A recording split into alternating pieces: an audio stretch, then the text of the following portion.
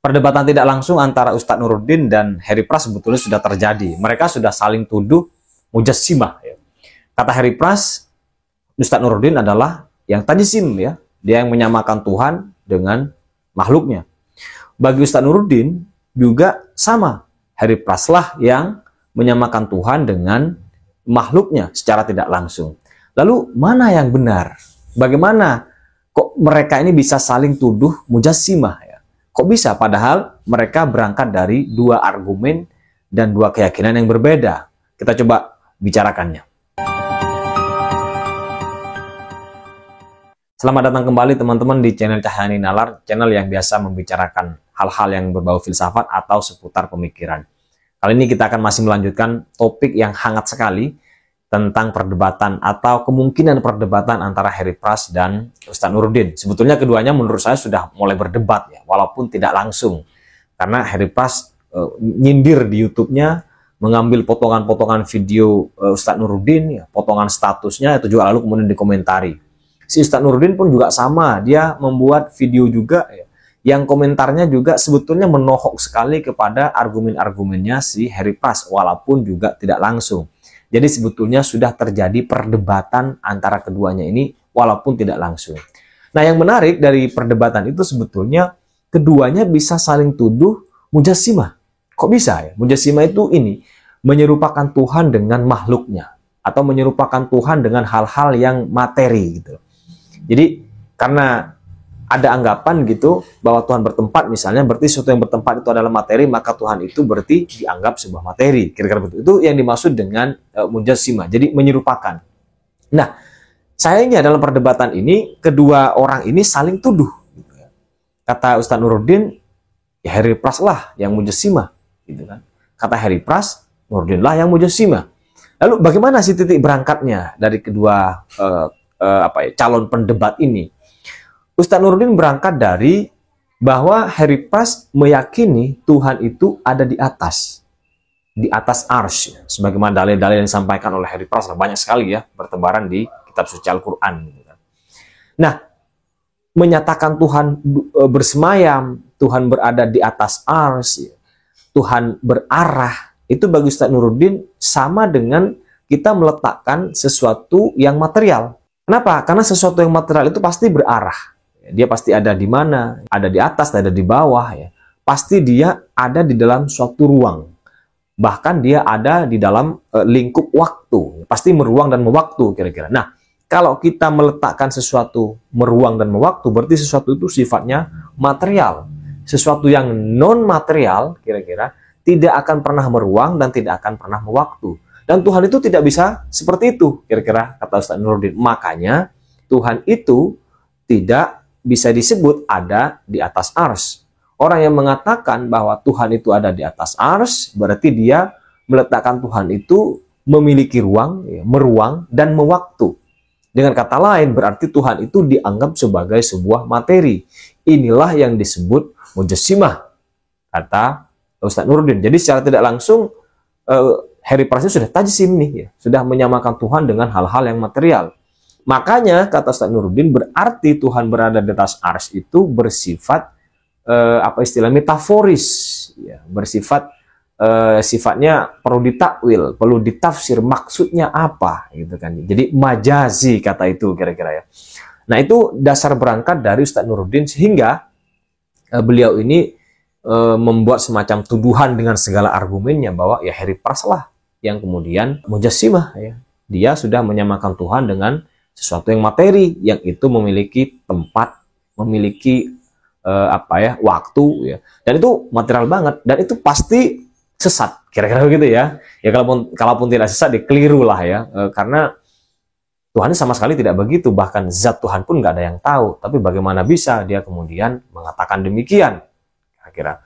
Adapun Al-Quran mengatakan itu hanyalah sebuah metaforis. Dan metaforis itulah yang kemudian disebut sebagai, itu maksudnya adalah kekuasaan Tuhan. Nah, itu tafsir-tafsirnya.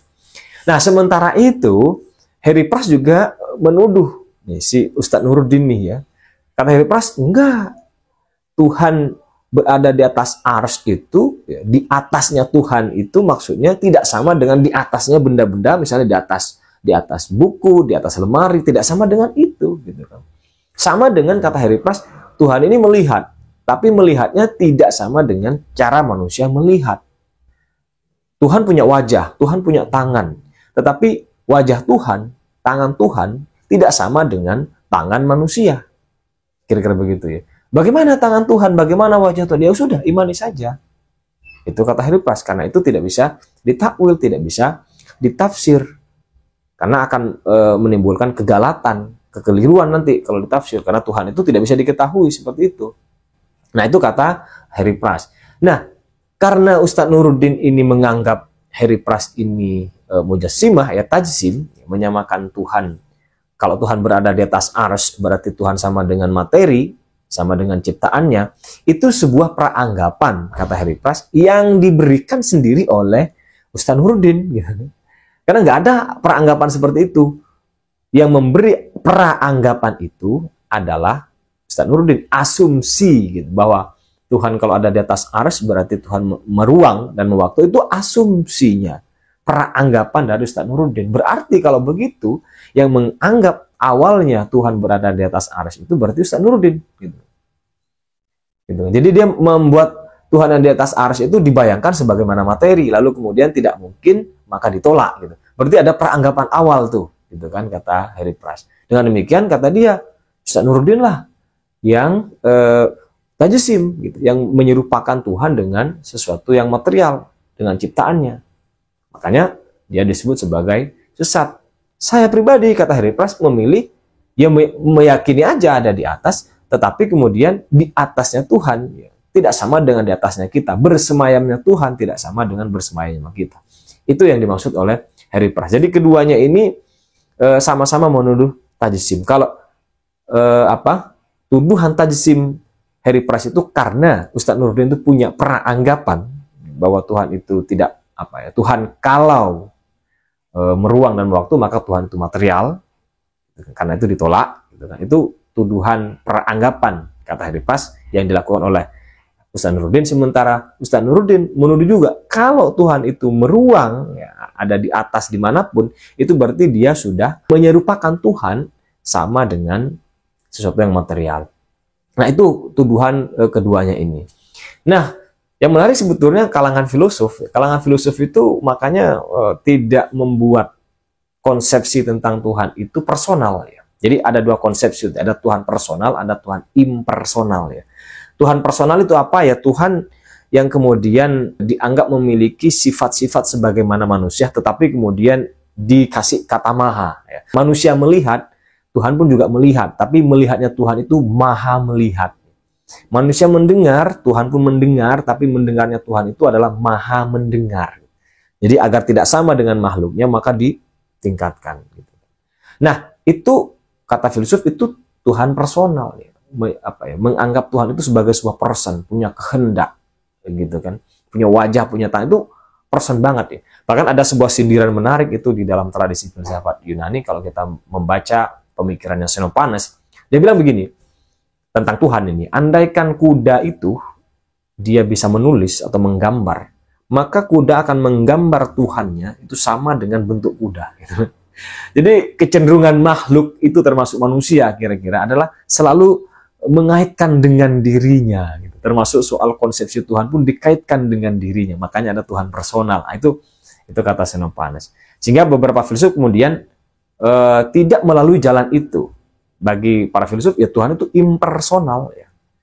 Ya, tidak ada hubungannya dengan kehendak, tidak ada hubungannya dengan tangan, wajah, melihat, mendengar, enggak ya. Dia tidak mengaitkan dengan itu. Ya bagi para filsuf ya Tuhan itu adalah sebuah banyak ya akil makul kayak gitu dia. Dia adalah akal gitu kan. Yang itu kemudian prosesnya gitu kan dari yang absolut itu, yang niscaya itu kemudian menjadi ciptaan itu adalah proses yang sifatnya emanatif, pancaran gitu kan. Jadi dengan demikian antara Tuhan dan makhluknya ini tidak terpisah, ibarat matahari dengan cahayanya gitu kan. Dia memiliki pancaran. Tapi cahaya itu bukanlah matahari itu sendiri. Matahari adalah matahari.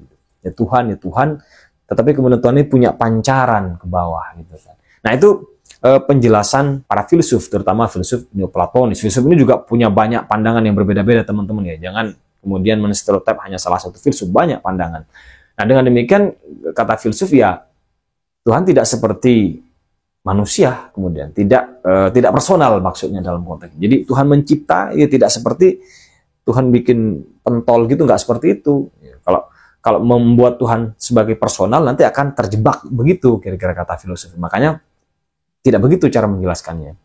Jadi sebetulnya baik para filosof, baik kaum Salafi, baik Ustaz Nuruddin, Asy'ari ini sama-sama ingin mensucikan Tuhan, ya kan? Ustaz Nuruddin ingin mensucikan Tuhan agar tidak terjebak kepada mematerialkan Tuhan. Si Harry Pras juga sama, dia ingin mensucikan Tuhan gitu, agar tidak terjebak kepada materialitas atau mematerialkan Tuhan.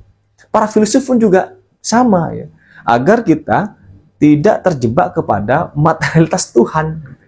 Makanya kemudian caranya dibikin seperti tadi, emanatif itu modelnya. Jadi tiga golongan ini sebetulnya sama-sama ingin mensucikan Tuhan, tetapi jalannya, cara berargumennya itu yang berbeda-beda. Jadi begitu kira-kira teman-teman, menurut saya persoalan perdebatan ya akidah atau teologi antara Ustaz Nuruddin dan Harry Pras.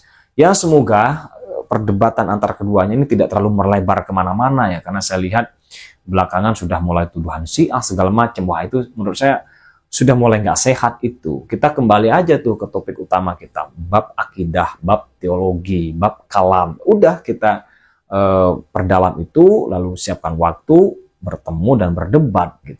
Nah itu baru nanti kita tahu bagaimana sih sebenarnya keinginan dari kedua pendebat ini. Nah syukur-syukur nanti ada dari kalangan filosof itu yang mewakili bagaimana para filosof ini bicara tentang ketuhanan, bicara tentang teologi, sehingga nanti kita kaya tuh pandangan tuh tentang konsep-konsep kita tentang ketuhanan. Ingat, konsep kita tentang Tuhan bukanlah Tuhan itu sendiri. Nah sementara kita hari ini berdebat, banyak melontarkan argumen-argumen itu pada tataran konsep kita tentang Tuhan. Jadi kita bukan bicara zat Tuhan, tapi konsep kita tentang Tuhan. Itu kira-kira teman-teman.